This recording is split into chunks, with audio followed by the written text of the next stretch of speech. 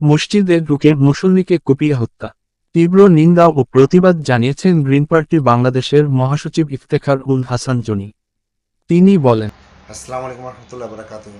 যে একটা নিউজ পেয়েছি যে শ্রীমঙ্গলে ফজরের সময় মসজিদের ভিতরে মুসলিমদেরকে একটা হত্যা করেছে দুর্বৃত্তটা, বাট এটা তীব্র নিন্দা জানাচ্ছে গ্রিন পার্টি থেকে যে এটা উচিত না। মৌলভীবাজারের শ্রীমঙ্গলে মসজিদে ঢুকে এক মুসল্লিকে কুপিয়ে হত্যা করা হয়েছে। রবিবার ৩রা মে ২০২৬ উপজেলার পশ্চিম লুয়ারকুল জামে মসজিদে ফজরের নামাজের সময় এক ঘটনা ঘটে। নিহত হাফিজ মিয়া লুয়ারকুল এলাকার বাসিন্দা।